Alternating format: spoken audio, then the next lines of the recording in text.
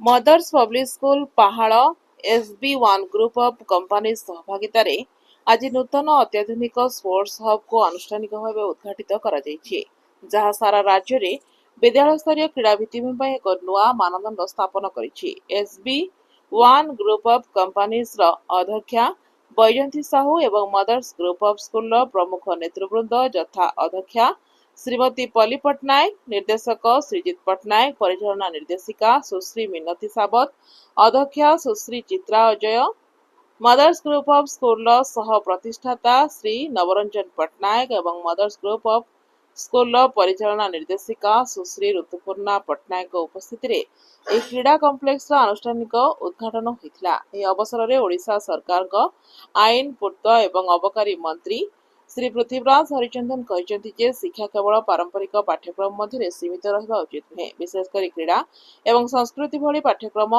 बहिर्भूत कार्यकलाप स्कूल गुड़िक एक सक्रिय मंच जोगाइदेवा आवश्यक। मु निश्चित जे एही नूतन स्पोर्ट्स हब सुविधा छात्र छात्री मानकु सेमानकर क्रीड़ा लक्ष्य पूर्ण करिबारे एवं आगकु बढ़िबारे सहायता करिबो।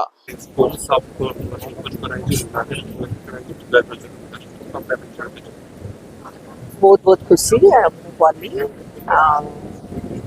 Chairman cum principal of Mother's public School आम स्कूल गोटे यूनिट वन रे गोटे बहुत छोट जगार आम अच्छु जोटे कि जहाँ इच्छा थे भी छुआ मैंने खेल पारती किंतु आमर सेठू भी आम बास्केटबॉल इज नोन आम 10-15 वर्ष है चैंपियंस आठ जगह नाथी मोर अफसोस था कि आसिक जो SB1 आम सांगे अच्छा जगह सी डेभलप कर स्पोर्ट्स सब कर जोटा कि आम निहाती दरकार छुआ मान आजिकल स्पोर्ट्स तो किसी भी जगह ना समस्त अपार्टमेंट्स रही कौटी जावाक बाट ही ना तो वी विल एनकरेज चिल्ड्रेन कि संध्या बेले भी रात लाइट रे भी पिला खेल स्टेडियम रे जिते जहाँ भी आम नियंटा पड़ुची तो एपटे साइड रे गोटे भावती है द्वारा आम बहुत पिला उपकृत हे। आमर एबे तो स्विमिंग अच्छी, फुटबॉल अच्छी, बास्केटबॉल अच्छी, पिकल बॉल अच्छी,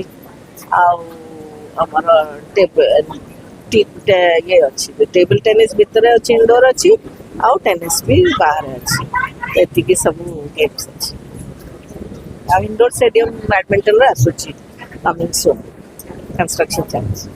थैंक यू सो मच। एवं मदर्स पब्लिक स्कूल एही दिगरे निरंतर प्रशंसनीय तथा अग्रणी पदक्षेप ग्रहण करुछि। एही भाबे उद्घाटन अवसर रे अनुष्ठान पक्षरु football, chess, pickle ball, tennis एवं संतरण को नहीं एक व्यापक 2 दिनिया प्रतियोगिता आयोजन करा जायथिला, जेउथिरे सारा ओडिसा हजारों अधिक छात्र खेलाड़ी भाग नेथिले। यह कार्यक्रम एक आकर्षणीय उद्यापनी तथा संवर्धना उत्सव सहित समाप्त होता, जो मान्यवर आईन मंत्री पृथ्वीराज हरिचंदन, बीजेपी राज्य कार्यकारिणी सदस्य जगन्नाथ प्रधान एवं SRB एंड एसोसिएट्स अंशीदार राजीव शेखर साहू समेत अनेक विशिष्ट अतिथि जोग देथिले। पदक्षेप पछरे लक्ष्य उपरे आलोकपात करी बैजंत साहू पारंपरिक पाठपढ़ा बाहर चरित्र गठन, धैर्य एवं नेतृत्वर विकास करुवा भित्तिभूमि रे निवेश करुवार स्कूल को प्रशंसा करथिले, जहाँ स्थानीय प्रतिभा मानकु जातीय तथा अंतर्जातीय स्तर में प्रतिद्वंदिता करिया पई एक उपयुक्त मंच प्रदान करिबो। अनुष्ठान सर्वांगीन विकास मूल लक्ष्य उपरे गुरुत्व देई पल्ली पट्टनायक कहते जे एही नूतन सुविधा छात्र छात्री मानकु विश्वस्तरीय क्रीड़ा सुजोग जोगाइदेबा एवं सेमानक मध्य श्रृंखला तथा दलगत मनोभावर मूल्यबोध गढ़ी तोलिया पई स्कूल संकल्प को आहरी सुदृढ़ करुछि।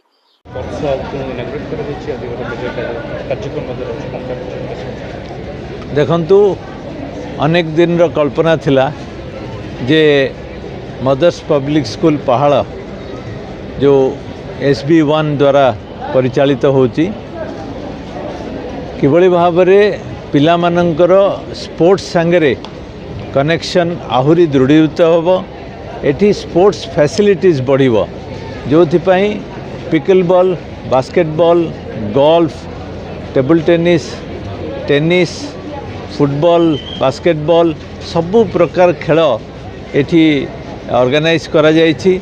नुआ स्विमिंग पूल मध्य तैयारी करा जायछि।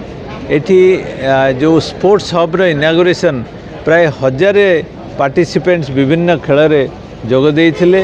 भुवनेश्वर कटक ट्विन सिटी रो विभिन्न पेरेंट्स माने उत्साहित करथिले स्कूल पिलाटू आरंभ करी अन्यान्य पार्टिसिपेंट्स माने मध्य एथिरे जोग देइथिले।